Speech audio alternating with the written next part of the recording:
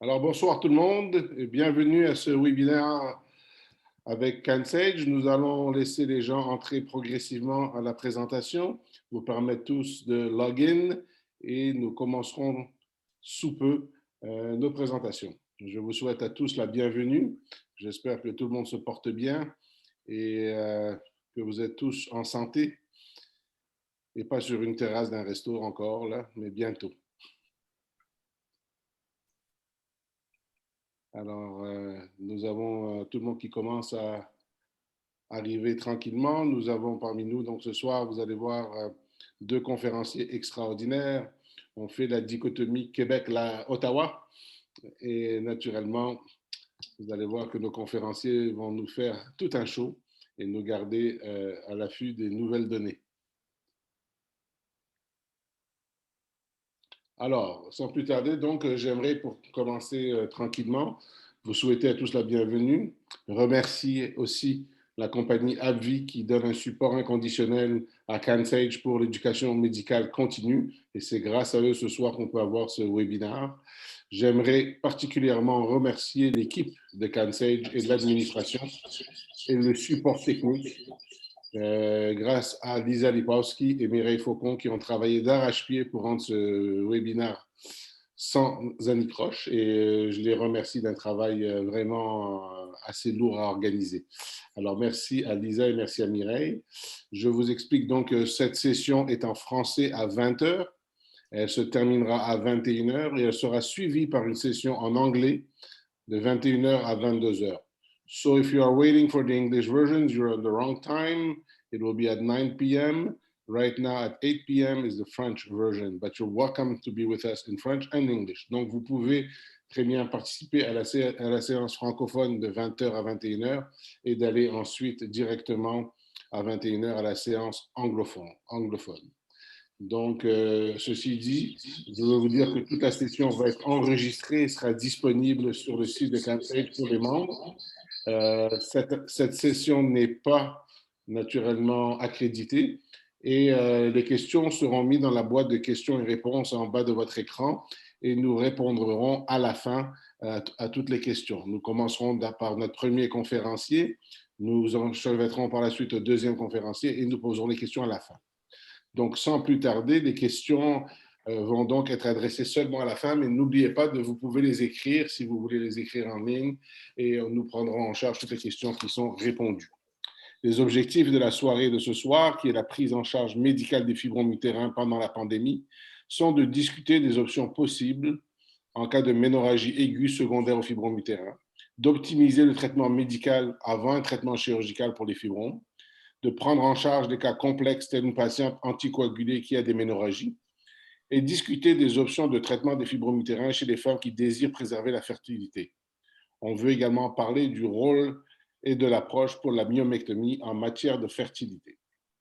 Pour commencer, notre premier conférencier que vous connaissez tous, il s'agit de mon ami et notre cher Philippe Laberge, qui, comme vous savez, a fait ses études de médecine à l'Université de Laval, a fait son doctorat de médecine à l'Université de Laval et par la suite a fait son fellow et un fellow en endoscopie à Clermont-Ferrand en France. C'est pour ça qu'il a un si bel accent français chaque fois qu'il nous parle.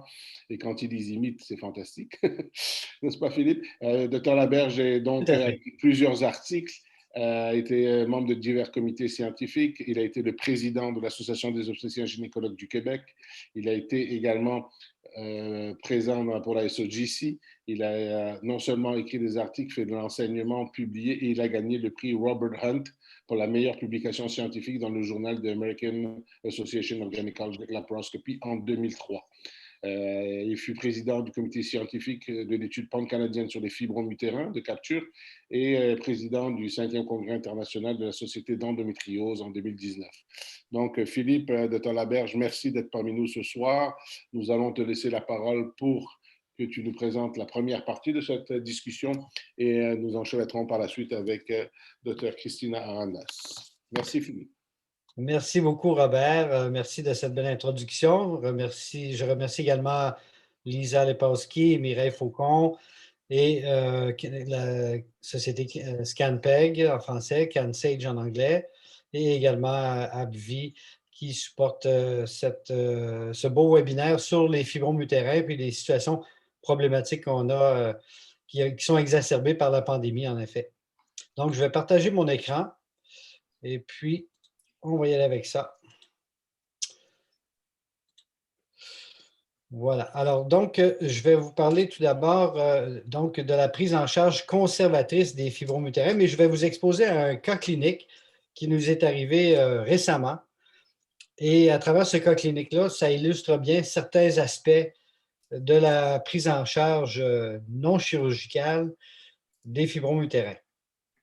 Alors, évidemment, c'est un cas problématique. C'est une dame de 53 ans qui est G0, qui n'a jamais eu de rapport sexuel de sa vie, qui vit seule, qui est une vendeuse de fringues. Alors, je ne sais pas si dans les autres régions du Québec, on dit fringues, mais les fringues, c'est des vêtements, naturellement. Et donc, cette dame-là tient beaucoup à son travail, tellement qu'elle ne consulte pas, même si elle a des menstruations abondantes. Mais finalement, en février de cette année, elle a consulté à l'urgence pour 3 problèmes. Elle avait une douleur au-dessus du genou droit. Elle se sentait essoufflée depuis 4 jours. Puis, elle avait des ménorrhagies avec un cycle qui était irrégulier depuis un moment, qui pouvait durer 9 jours. Et elle se changeait aux 2 heures et avait des caillots là, depuis 3 jours. C'était quand même plus abondant. C'est une dame qui a un IMC à 40, mais qui ne mesure que 155 cm, 5 pieds 1 pouce. Donc, vous comprenez le portrait, le phénotype, c'est le barrel shape. Et donc, pour nous, gynécologues, ça nous parle beaucoup. C'est une hypertension, elle a comme antécédent une hypertension artérielle non traitée, un néo de la thyroïde qui a été opéré et c'est tout. Et c'est une patiente qui était connue pour anémie de longue date.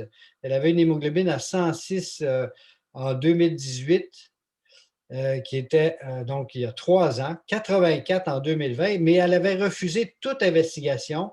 Et même après son arrivée à l'urgence, elle voulait quitter l'urgence carrément. Donc, on a affaire à une patiente un petit peu particulière comme prise en charge. Ces médicaments, Synthroïde et du sulfate ferreux, c'est tout ce qu'elle avait accepté de prendre lorsqu'on avait découvert cette anémie dans les années précédentes.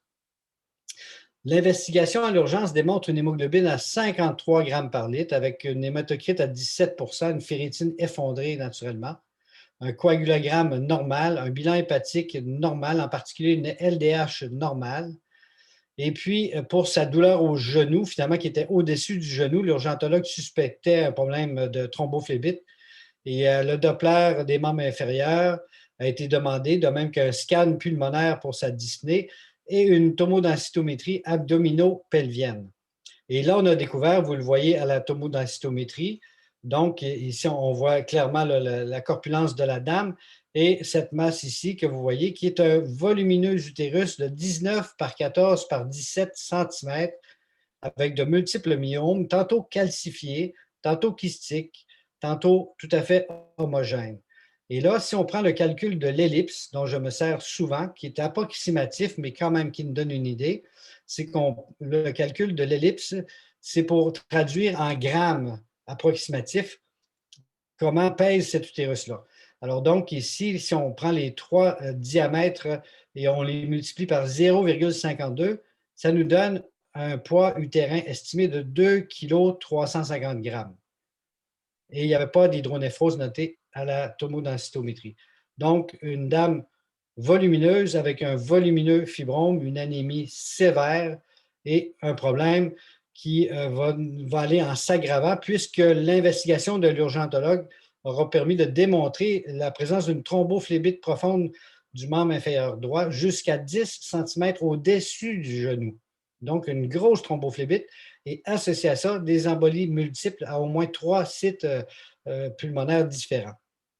De plus, l'urgentologue conclut à des ménorrhagies sur les fibromes ou sur un néo possible. Et est-ce que la thrombophlébite profonde serait-elle consécutive à la compression par l'utérus volumineux? Et là, l'urgentologue a demandé en consultation la médecine interne et la gynéco.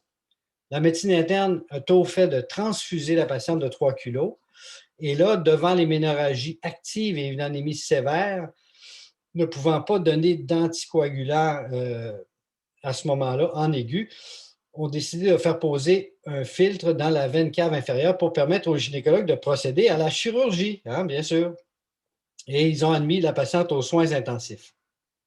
Le pauvre gynécologue de garde qui a rencontré cette dame-là, G0, pas de coïtage, volumineuse, aux soins intensifs, a quand même réussi à y faire un pap test et une biopsie de l'endomètre. Et à la biopsie de l'endomètre, de façon macroscopique, il semblait y avoir beaucoup de matériel. Et là, il se faisait dire, le gynécologue de garde, par l'interniste, faites l'hystérectomie au plus sacrant pour enlever la compression pelvienne.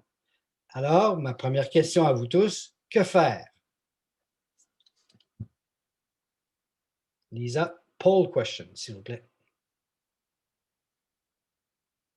Donc, conduite initiale avec cette patiente, est-ce qu'on devrait administrer du cyclocapron et des agonistes de la GnRH en intramusculaire stat?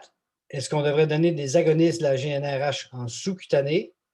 Est-ce qu'on devrait faire l'hystérectomie d'urgence comme le demande l'interniste? Est-ce qu'on devrait donner des antagonistes de la GnRH par voie orale? Ou alors est-ce qu'on devrait donner du mégestrol à haute dose? Alors voilà, vous pouvez maintenant répondre à votre choix préférentiel.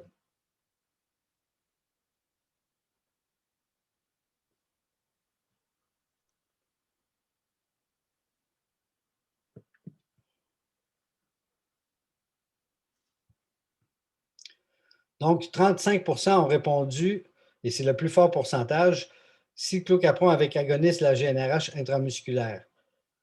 Quand on a parlé à l'interniste de la possibilité de donner du cyclocapron intraveineux et des agonistes, l'interniste, les yeux, ils ont ouvert de même, ils ont dit, il n'y en a pas question.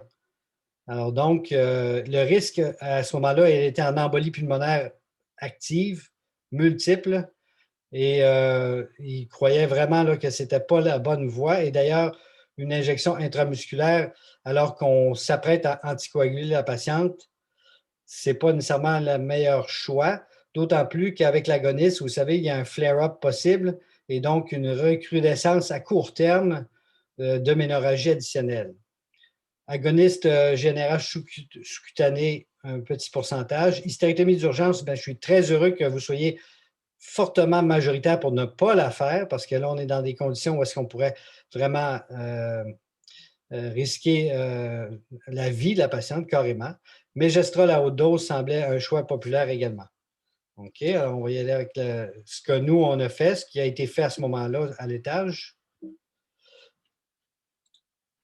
Donc, la conduite initiale, en fait, les segments, là, ils ont diminué avec l'alitement aux soins intensifs et après la biopsie avec l'Explora. L'hémoglobine était stable à 80 grammes par litre avec une hématocrite à 26 après les 3 kilos. Et là, ce qui a été décidé, c'est de donner de l'Elagolix, donc à raison de 200 comprimés 2 fois par jour, donc la dose maximale approuvée par Santé Canada, même si ce n'est pas approuvé pour les fibromes, c'est la dose maximale approuvée. Et ça a été débuté en même temps que Mégas dans l'attente du rapport de pathologie. Pourquoi l'Elagolix à ce moment-là? L'idée était, on va supprimer le plus rapidement possible les taux d'estradiol, parce que cette dame-là n'est pas ménopausée, et donc les amener dans des taux de niveau ménopausique, post-ménopausique, donc à moins de 15 picogrammes par ml. Mais encore une fois, il faut se rappeler que l'Elagolix n'est approuvé uniquement que pour l'endométriose au Canada. Le rapport de pathologie demandé en urgence est revenu bénin, avec un endomètre peu actif, et la médecine interne a débuté l'Ovenox graduellement, donc l'anticoagulant sous-cutané graduellement, en vue d'enlever le parapluie dans la veine cave, compte tenu que là, on ne s'enlignait pas pour l'opérer, du moins pas à court terme. Donc, juste un petit rappel, l'antagoniste de la GnRH et l'Agolix est approuvé sous le nom d'Orilissa pour le traitement de l'endométriose, pas des fibromes, et raison de 150 mg par jour ou des comprimés de 200 mg 2 fois par jour. Mais l'antagoniste de la GnRH, il existe pour le traitement des fibromes qui est approuvé aux États-Unis, mais pas encore au Canada. Il s'appelle Oriane, et donc avec 300 mg 2 fois par jour. Alors là, le premier comprimé le matin, Il y a à la fois de l'élagolix 300 mg, il y a 1 mg d'estradiol et 0,5 d'acétate de norintindrone. Et le deuxième comprimé, il y a juste l'élagolix comme tel.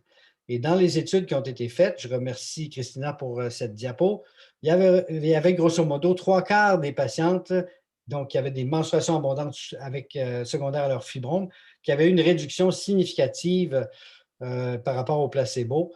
Donc, 3/4 des patientes là, étaient considérées comme un succès. Et il y avait un effet qui était meilleur lorsqu'il n'y avait naturellement pas de add-back, pas d'estradiol et d'acétate de norintindrone, juste l'élagolix.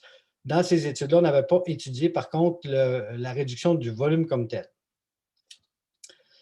Il faut aussi savoir que des alternatives aux injections intramusculaires, quand vous avez une patiente anticoagulée, l'intramusculaire, ce n'est pas la meilleure chose à donner parce qu'il y a des risques d'hématome importants.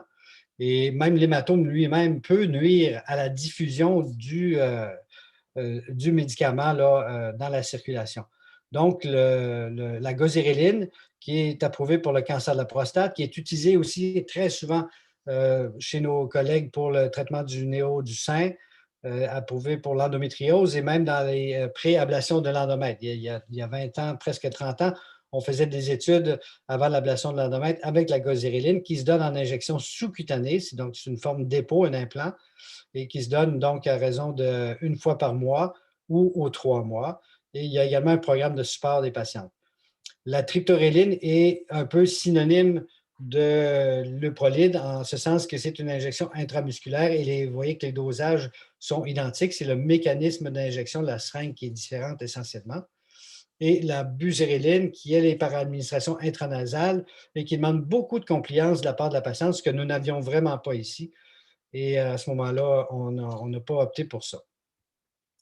Alors maintenant que la patiente s'est stabilisée, qu'est-ce qu'on va faire avec elle? Alors, est-ce qu'on va faire maintenant l'hystérectomie? Alors, on a 80 grammes d'hémoglobine avec 26 d'hématocrite. Est-ce qu'on va faire l'embolisation des artères utérines?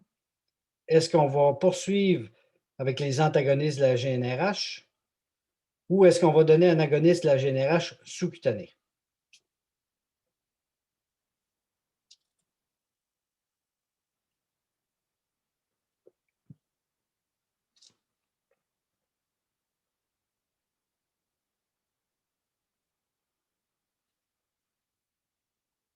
Alors, la majorité ont répondu les antagonistes de la GNRH à poursuivre par voie orale. L'embolisation est un choix aussi très populaire et les agonistes sous-cutanés également. Personne ne voulait faire l'hystérectomie.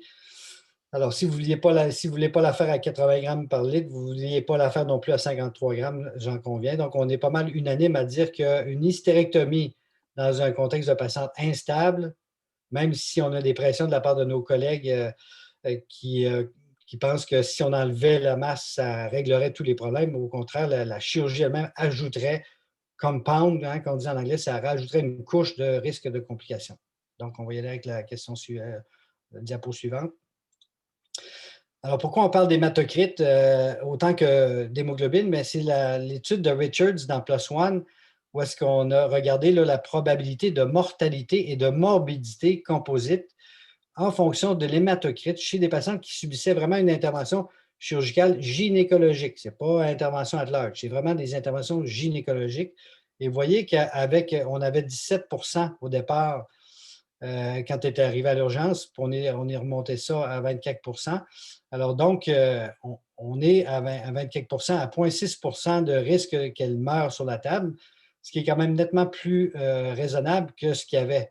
Mais ce n'est pas encore parfait, naturellement. On a un risque quand même significatif.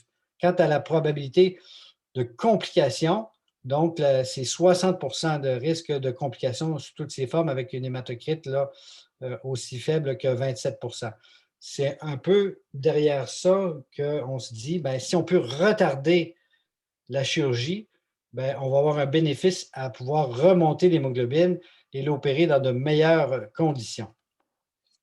Donc, la conduite à moyen terme pour cette dame-là, ça a été, une fois qu'on a eu notre rapport de patho, de cesser le mégas et, comme vous l'avez dit, de poursuivre avec les Lagolix à 200 2 fois par jour. Mais on a fait le pont tranquillement vers l'injection sous-cutanée. Pourquoi? Parce qu'à 200 2 fois par jour, On est au maximum de ce que Santé Canada nous autorise en termes de dosage. Déjà qu'on n'est pas dans une approbation standard, mais on s'entend, on est dans un contexte d'urgence. Mais également, on n'est pas dans les dosages où est-ce que ça a vraiment démontré une efficacité pour les fibromes qui est de 600 par jour et non pas 400. Alors donc, maintenant qu'on avait supprimé le taux d'estadiolémie le plus bas possible, là, on peut embarquer avec le Zoladex et on risque moins d'avoir le flare-up. D'ailleurs, la transition d'Elagolix avec Zoladex, on continue l'Elagolix 2 semaines après l'injection de Zoladex.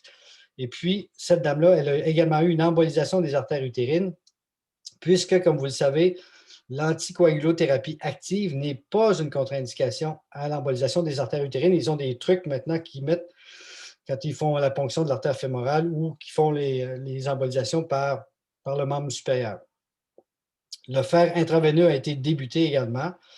Donc, c'est complémentaire, ces 3 stratégies-là. Et la médecine interne a remplacé tranquillement le Lovenox en sous-cutané par Eliquis, qui est un anticoagulant oral, comme vous le savez.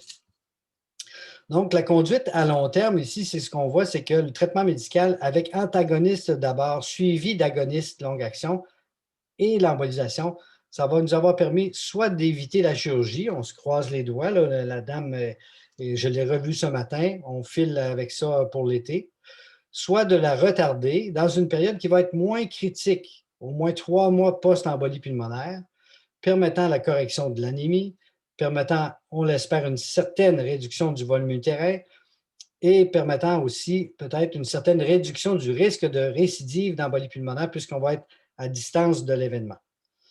Naturellement, si elle ne répond pas bien, ou si c'est son souhait parce qu'elle demeure symptomatique, on recourra à ce moment-là à une hystérectomie abdominale totale. Alors moi qui est un fervent partisan des hystérectomies par laparoscopie, ici, ça serait mal avisé de faire une approche laparoscopique puisque d'une part, il y a un défi technique. On a un utérus à 2,3 kg. Il va peut-être baisser un peu avec la suppression avec les agonistes, mais il ne baissera pas tant que ça. On a un abdomen qui est court, donc pour les laparoscopistes, un IMC à 40, il n'y a rien là.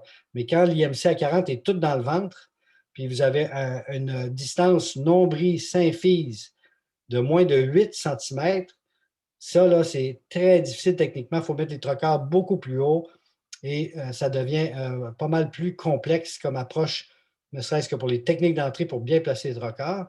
Mais surtout, on ne veut pas morceler à 53 ans. Et là, on se sert de toutes sortes d'outils comme le score de Press pour évaluer le risque. Mais d'une façon générale, 53 ans, là, la morcellation maintenant, elle est à proscrire. Donc, c'est pour ça qu'on est mieux d'y aller avec une hystérectomie totale. La SOB, c'est à considérer au besoin après discussion avec la patiente. Naturellement, une patiente qu'on cédule pour une hystérectomie après un échec post-embolisation ou peu importe, il faut toujours ajouter un peu plus de temps opératoire parce que c'est pas rare qu'il y a des adhérences importantes qui font que la dissection est difficile. L'embolisation, des fois, va créer une espèce d'inflammation de la séreuse. Puis il y a beaucoup d'adhérences qui peuvent se mettre là-dedans. C'est imprévisible, mais c'est pas rare d'avoir des adhérences beaucoup. Je conclue avec le score presse, juste pour vous parler un petit peu. C'est une petite étude. Ils ont regardé 66 patientes qui avaient des sarcomes pour faire un score qui appelle le Pre-Operative Sarcoma Scoring System. Basé sur l'âge, le LDH, la biopsie de l'endomètre et la résonance magnétique. Alors, leur cutoff, c'était 49 ans pour l'âge, 2,79 pour le LDH. Vous allez dire, mais comment ça, c'est pas la normale? Selon les labos, c'est autour de 220. Pourquoi ce chiffre-là? Ben, c'est que rétrospectivement, ils ont vu que la plupart, pour la totalité, mais la plupart des léomyosarcomes, le LDH était en haut de 2,79. Une biopsie de l'endomètre qui révélerait des atypies, évidemment des choses positives comme un sarcome stromal endométrial, bien là, évidemment, ça met beaucoup de points. Et la résonance magnétique, suspect ou non suspect. Mais finalement, on s'est aperçu, ils ont refait un score revisé, puis ils ont exclu la résonance magnétique. C'est pour vous dire que la résonance, malheureusement, ne nous aide pas tant que ça.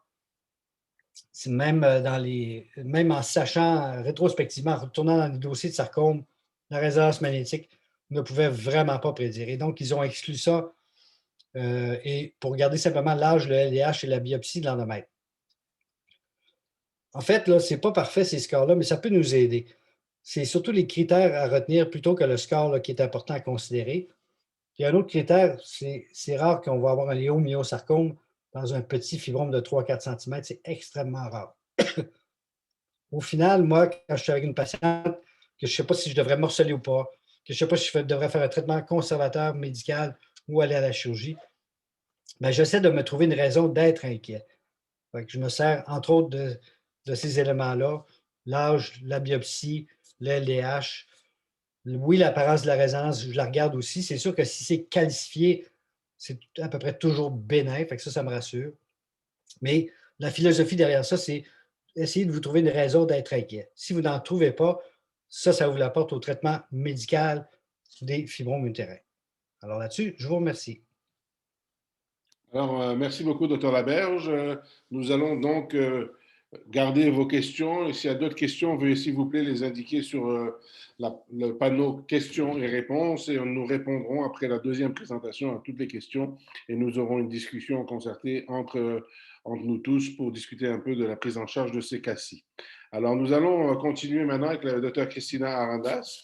Il nous fait plaisir de voir avec nous Dr. Arandas qui a complété ses études en médecine et sa résidence en obstétrique-gynécologie à l'Université d'Ottawa. Elle a ensuite fait un fellowship en endoscopie gynécologique avancée sous la tutelle du Dr. Nick Lyland à l'Université McMaster. Elle a également obtenu une maîtrise en gestion de la santé à l'Université McMaster. Dr. Arandas est devenu membre actif du département d'obstétrique-gynécologie de l'hôpital d'Ottawa et professeur adjointe à l'Université d'Ottawa en 2015. Sa pratique se concentre essentiellement sur la chirurgie gynécologique complexe avec un intérêt particulier pour l'endométriose. Elle est également le chef du comité responsable de la qualité des soins et de la sécurité des patients en gynécologie à l'hôpital d'Ottawa. Alors, Dr. Christina Arandas, merci d'être parmi nous.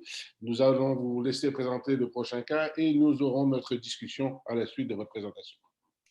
Merci beaucoup pour l'introduction, puis merci aussi à CanSage et à toute l'équipe pour cette soirée, pour m'avoir invité. Donc, je vais partager mon écran. Un instant.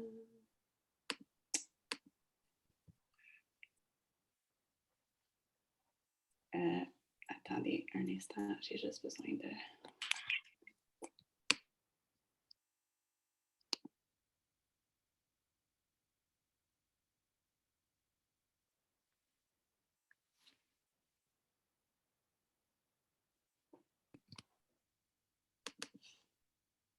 OK, est-ce que vous voyez l'écran? Oui, on voit très bien. Parfait. Je vais juste faire un slideshow. Donc, moi aussi, je vais présenter un cas clinique qui avait ses points particuliers, puis j'espère que ça va mener à une discussion intéressante. Cette patiente est une femme de 37 ans qui est nulligeste, puis elle a comme similarité avec la patiente de Dr. Laberge le fait qu'elle a un IMC pas mal élevé, à 45. Elle a de l'ostéoarthrite et de l'asthme et son histoire chirurgicale comprend une opération au genou et une cholécystectomie dans le passé. Elle se présente en gynécologie pour un problème de fibrome et surtout de saignement menstruel abondant. L'examen démontre un utérus d'environ 18 semaines et ses investigations incluent une formule sanguine qui démontre une hémoglobine à 121 et un IRM est fait aussi qui démontre un utérus élargi avec plusieurs fibromes et la majorité de ces fibromes sont intramuraux ou sous-séreux d'après l'IRM. Les options de traitement sont discutées avec la patiente, dont des traitements médicaux, et dans ce temps-là, l'acétate d'ulipristal était encore disponible, et aussi des prises en charge chirurgicales. Elle choisit l'acétate d'ulipristal et débute des traitements, et elle complète plusieurs traitements de 3 mois, et les choses vont bien. Jusqu'au moment qu'on se rappelle tous, la tragédie de septembre 2020, qui a laissé plusieurs femmes avec des fibromes et plusieurs gynécologues en deuil. L'acétate d'ulipristal a été retiré du marché canadien. Donc, la patiente a maintenant 40 ans Son IMC est monté à 46 et puis elle revient pour une réévaluation. Ça fait plusieurs mois qu'elle est sous aucun traitement et ses saignements sont rendus très abondants de nouveau. Une échographie démontre cette fois-ci qu'il y a peut-être un fibrome sous-muqueux. Donc, chez nous, à notre centre, pour évaluer les fibromes sous-muqueux, on fait des sonohystérographies. Donc, c'est ça qui a été demandé comme prochaine étape pour cette patiente. Et sa sono démontre, le rapport est revenu comme étant un fibrome de type 0 avec un diamètre de 43 par 45 mm. Donc, encore une fois, on discute des options avec la patiente, tels des traitements médicaux. Maintenant, il en reste juste un pour le rétrécissement du volume de ces fibromes, c'est-à-dire les agonistes de la GnRH. Et aussi, on parle de prise en charge chirurgicale encore une fois. La patiente, elle hésite beaucoup, puis elle n'est pas sûre quoi faire. Donc, je vais vous demander, chers participants, de participer un petit peu activement. Et puis, vous pouvez mettre dans le chat, qu'est-ce que vous lui recommanderiez à cette madame? Donc, dans le chat, vous pouvez écrire des suggestions.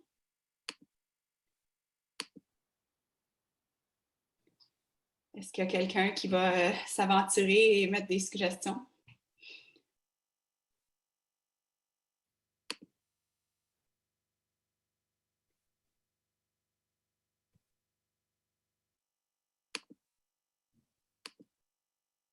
OK. Dépolupron, c'est une suggestion. Oui, dépolupron ou agoniste de la GnRH plus hystéroscopie, agoniste cutané. Donc, excellent. C'est toutes les, comme les choses qu'on avait mentionnées. On a essayé de lui faire justement choisir un de ces traitements. Oh, j'ai comme perdu le contrôle de ma... Ah, voilà. OK. Donc, oui, exactement. On pensait de même, nous aussi. Puis finalement, elle a choisi l'hystéroscopie parce que, comme quelqu'un a mentionné, elle avait un désir de maintenir la fertilité. Puis, elle voulait vraiment un traitement le moins invasif possible. Et comme suggéré par les participants qui ont répondu, on a, en préparation préopératoire, recommandé un traitement avec un agoniste de la GnRH, mais malheureusement, la patiente refuse ce traitement. Elle a été d'accord d'au moins commencer du cyclocapron et des anti-inflammatoires pour réduire ses pertes menstruelles et on lui a demandé d'aller passer une formule sanguine complète.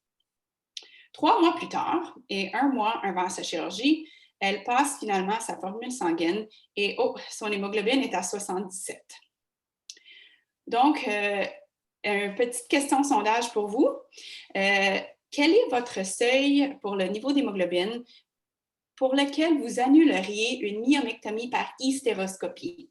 Est-ce moins de 70, moins de 80, moins de 90, moins de 100 ou moins de 110?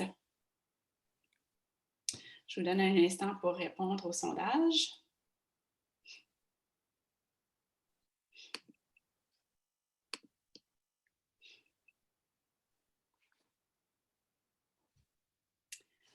Alors, la majorité du vote pour moins de 90.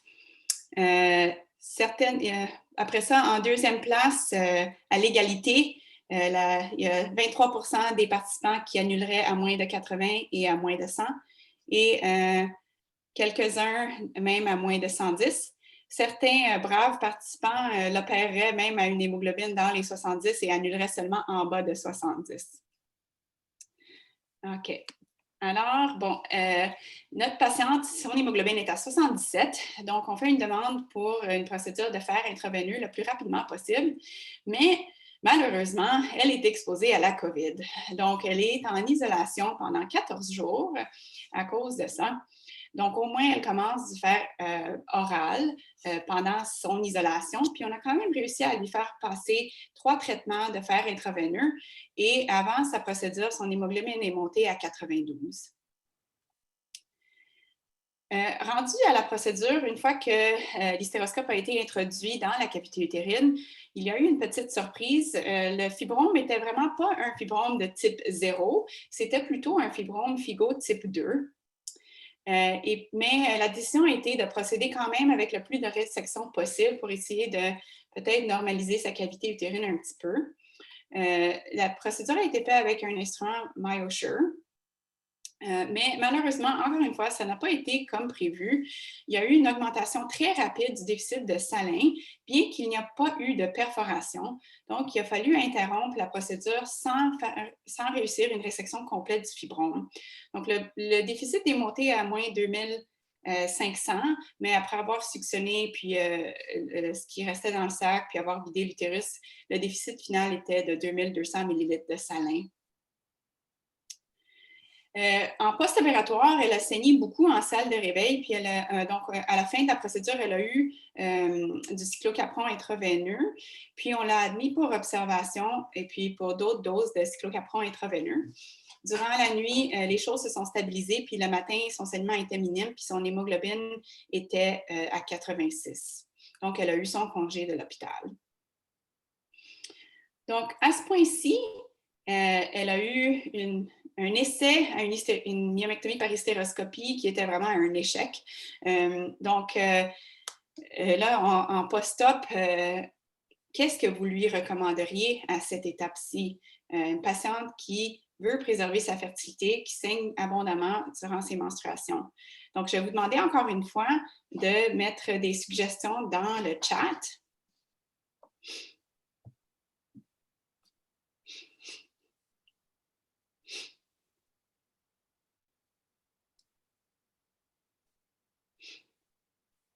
Donc, on a une petite suggestion. Est-ce qu'il y en a d'autres?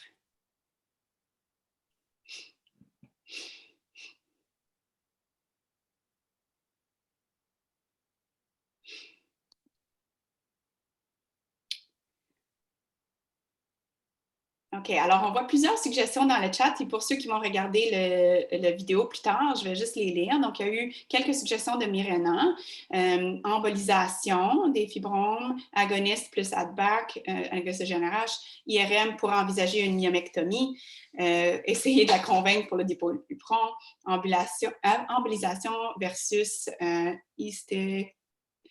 Il y a un typo, je ne sais pas ce que ça voulait dire ça. Faire intraveineux, refaire l'hystéroscopie plus tard. Donc, toutes des excellentes suggestions. Et puis, donc, pour poursuivre la discussion, une des possibilités, comme un des participants a suggéré, ça serait d'envisager une myomectomie plutôt abdominale, donc, ou même répétition, comme quelqu'un l'a suggéré, répétition de myomectomie par hystéroscopie. Donc, encore une fois, des options médicales pour préparer pour une myomectomie. En phase préopératoire, ça serait vraiment les agonistes de la GnRH. Le fer intraveineux qui a été mentionné aussi par une des participantes, ou bien au moins de la suppression menstruelle, parce que le but de tout ça, comme Dr. Laberge l'a mentionné, c'est vraiment de corriger l'anémie et diminuer la mortalité et morbidité de la procédure liée à l'anémie sévère. Donc, maintenant, même question que tout à l'heure, mais cette fois-ci pour une myomectomie abdominale. À quel niveau d'hémoglobine est-ce que vous annuleriez une myomectomie abdominale? Est-ce que ça serait à 70, moins de 70, moins de 80, moins de 90, moins de 100 ou moins de 110? Donc, une myomectomie abdominale cette fois-ci.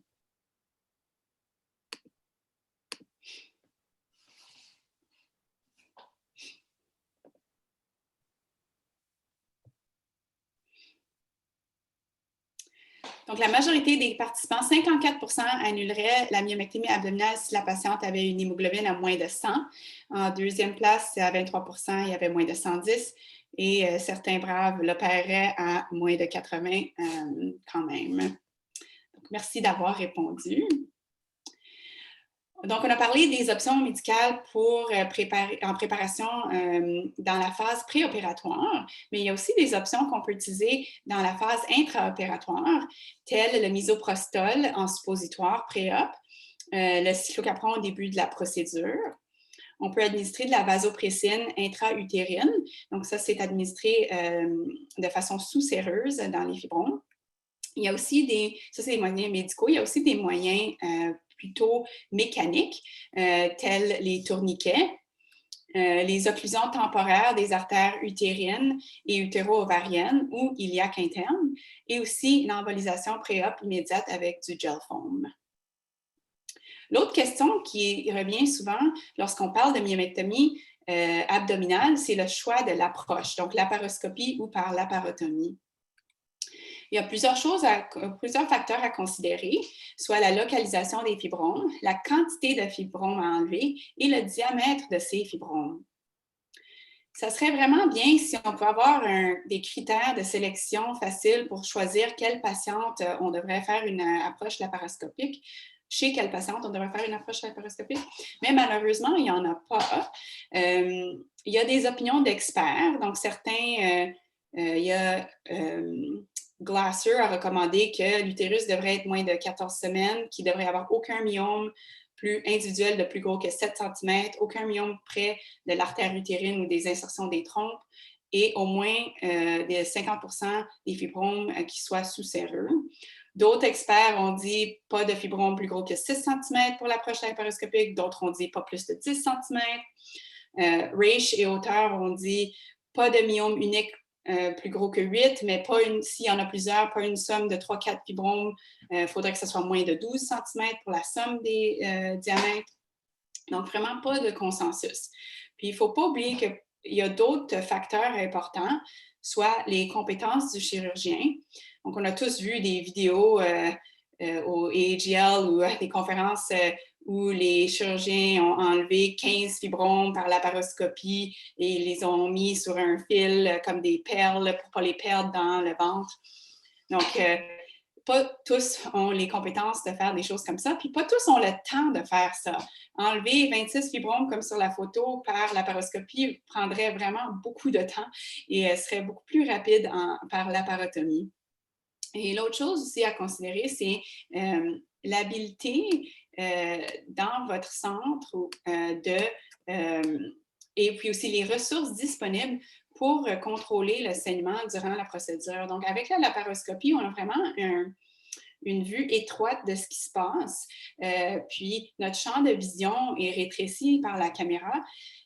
Et puis, des fois, ça peut être facile de perdre le fil de combien de pertes sanguines est en train de se produire durant la procédure laparoscopique. Donc, on est tellement concentré à essayer d'enlever le fibrome de l'utérus qu'on ne réalise pas que hors de notre champ de vision, il y a eu quand même un saignement important.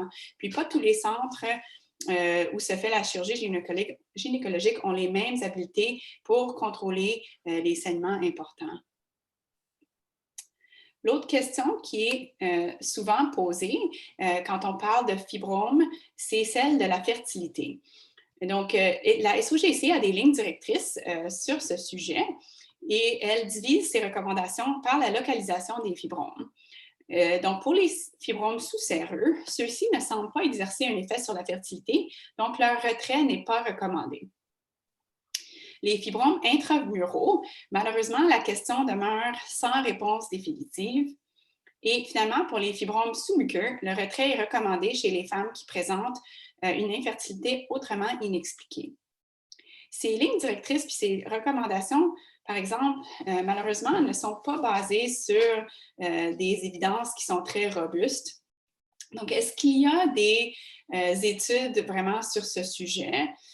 Donc, il n'y a pas grand-chose, mais il y a eu une revue systématique Cochrane publiée en 2020. Et la question qu'ils ont tenté de répondre, c'est est-ce que le retrait chirurgical des fibromes améliore les résultats en matière de fertilité? Donc, ils ont trouvé seulement une étude randomisée qui a regardé le taux de grossesse clinique. Et comme vous pouvez voir ici sur ce tableau, vraiment, aucune des catégories ne démontre un résultat qui est statistiquement significatif. Puis, attendez. Ce que je trouvais le plus important, c'est si vous regardez, j'espère que vous voyez ma petite souris, si on regarde même la catégorie des fibromes sous-muqueux dans leur étude, OK, il faut vraiment regarder que ce n'est pas des gros chiffres, mais même pour les fibromes sous-muqueux, le taux de grossesse clinique n'était pas amélioré de façon significative avec une myomectomie. Quelque chose que j'ai trouvé vraiment intéressant. Puis finalement, ils ont aussi essayé ou ils ont regardé la comparaison entre l'approche par laparoscopie et l'approche par laparotomie. Puis ça a été rapporté avec des taux de naissance vivante. Ici, il y avait 2 études qui ont comparé la myomectomie par laparoscopie et la myomectomie par laparotomie. Et encore une fois, malheureusement, rien de significatif. On voit que, bon, ça semble favoriser la laparotomie, mais encore une fois, les chiffres ne sont pas énormes et ce n'est pas statistiquement significatif. Donc, vraiment, le bottom line, c'est que faut vraiment choisir la procédure d'après ses compétences, puis vraiment d'après la situation clinique de la patiente et de façon individualisée. Donc, parlant de patiente et approche individualisée, si on revient à notre patiente de tout à l'heure, donc, il y a eu une longue discussion avec elle. Et puis, vraiment, sur le sujet de l'hystérectomie et de la myomectomie par voie abdominale. Elle refuse absolument l'hystérectomie parce que, bon, elle a 40 ans, un IMC à 46 et elle est célibataire, mais elle veut vraiment garder ses options de fertilité ouvertes. Donc, un consentement a été obtenu pour une myomectomie par voie abdominale par laparotomie. Le choix de la laparotomie était dû au fait qu'elle a plusieurs fibromes d'assez grosse taille et aussi elle a un IMC à 46 et aussi elle a de l'asthme. Donc, ventiler une patiente obèse pendant une longue procédure où il y aura beaucoup de pertes sanguines dans la position de Trendelenburg sera vraiment difficile. Donc, l'approche par laparotomie a été choisie. Et petite victoire, elle accepte de compléter un traitement préopératoire avec un agoniste de la GnRH. Donc, c'est tout pour moi. Et je laisse le micro à Dr. Sabat. Alors, merci Christina pour ce cas très intéressant. Merci à vous deux, Philippe et Christina. Donc, nous allons aller sur les questions. La première question, je vais l'adresser, ça s'adresser au cas de Dr. Laberge, mais Christina, j'aimerais aussi avoir ton opinion. La première, c'était l'embolisation. Alors, comment vous sélectionnez vos cas à emboliser? Par exemple, dans le premier cas, Dr. Laberge, est-ce qu'elle aurait pu être embolisée plus tôt? Et quels sont les cas qui sont des bonnes candidates à l'embolisation? Est-ce qu'il y a des cas qui ne sont pas des bonnes candidates à l'embolisation? Comment vous sélectionnez? Puis une question qui venait aussi sur l'embolisation, qui nous a dit pourquoi vous l'avez embolisé, puisque c'est seulement été contrôlé, vous aurez pu continuer les agonistes simplement jusqu'à la ménopause et ne pas l'emboliser du tout. Dr. Laberge? Oui, alors je vais commencer par le dernier point.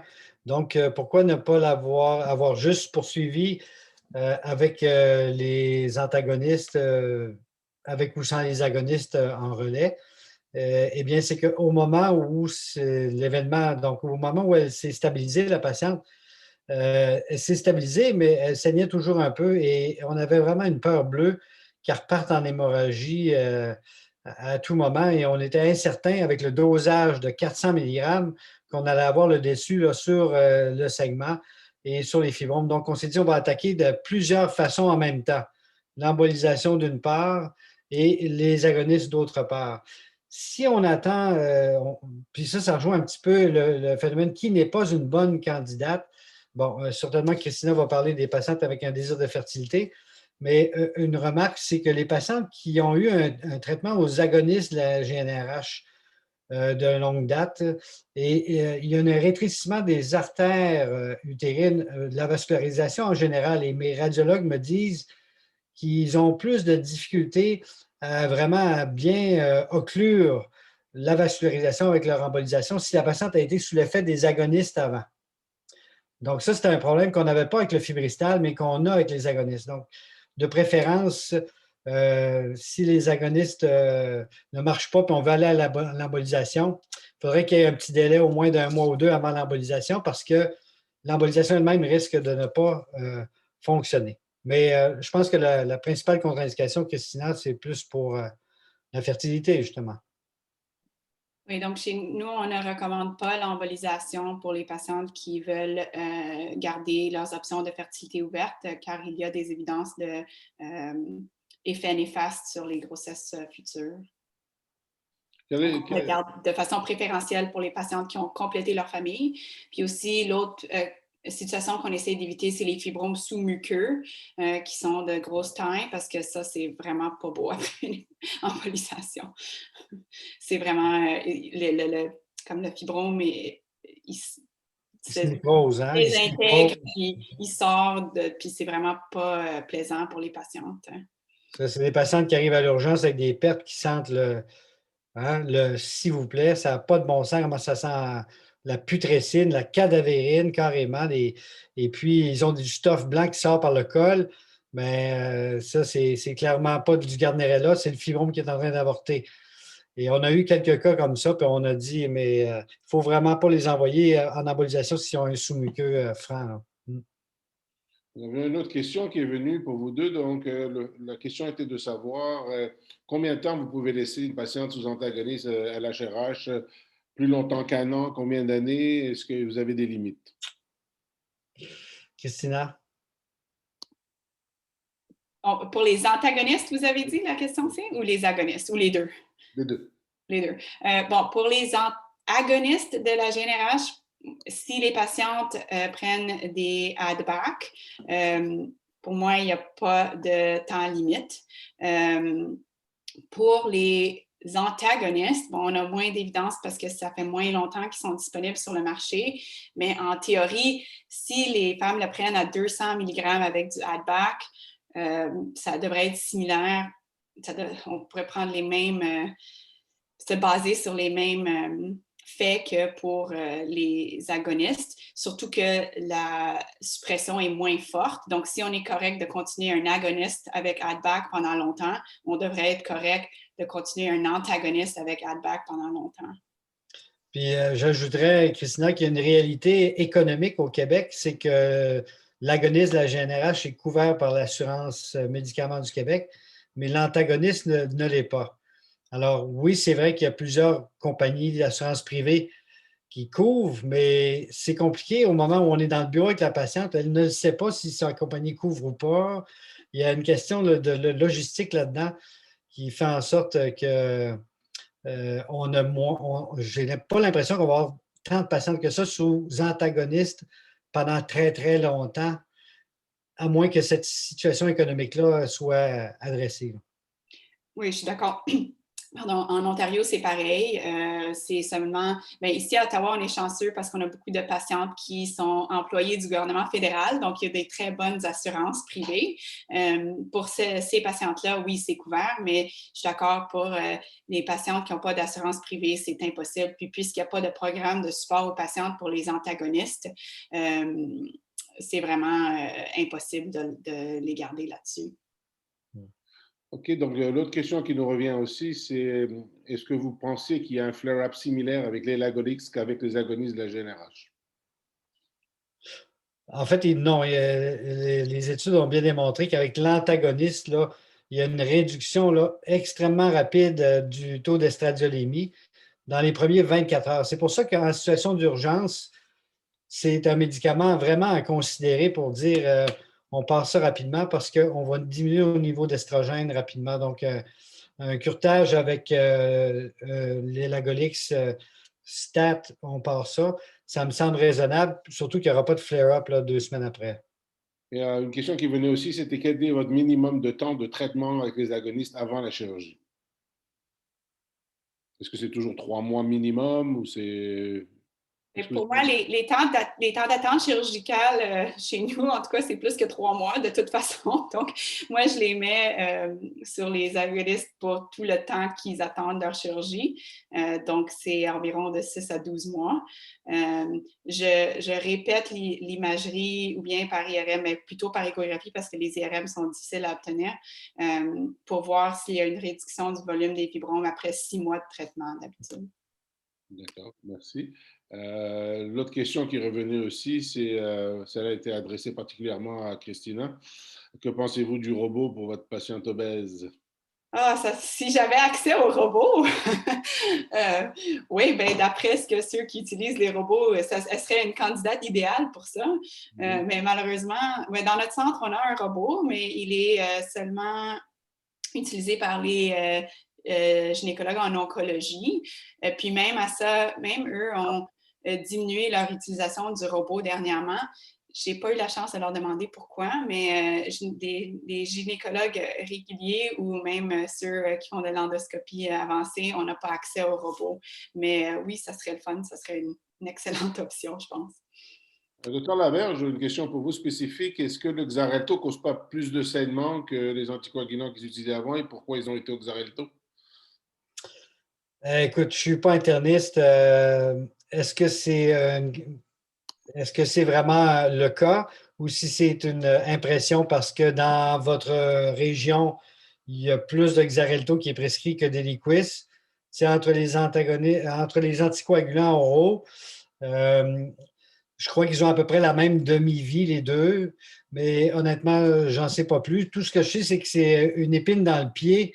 Quand on a des patients avec des ménorragies qui arrivent puis ils prennent Eliquis ou Xarelto, tant pour l'investigation que pour les traitements en aigu, là, faut savoir la cause, la raison pour laquelle ils prennent ça. Est-ce qu'on peut les arrêter? Alors, la demi-vie de ces anticoagulants oraux-là, c'est à peu près 48 heures. Fait que ça ne s'arrête pas sur un dixaine. C'est pas aussi rapide que l'Ovenox et compagnie en sous-cut, fragments et tout ça, qui ont une demi-vie plus courte. Donc, ça demeure un problème autant un que l'autre là, cliniquement pour nous, mais je n'ai pas vraiment de réponse là-dessus. Parfait. Une question qui nous avait été posée avant, c'était de savoir, selon vous deux, quel est votre régime préféré pour réduire la taille et les volumes des fibromes avant la chirurgie? Docteur Arandas? Mais vraiment, il y en a juste un qui est prouvé pour réduire le volume maintenant, hein, c'est les agonistes de la GnRH.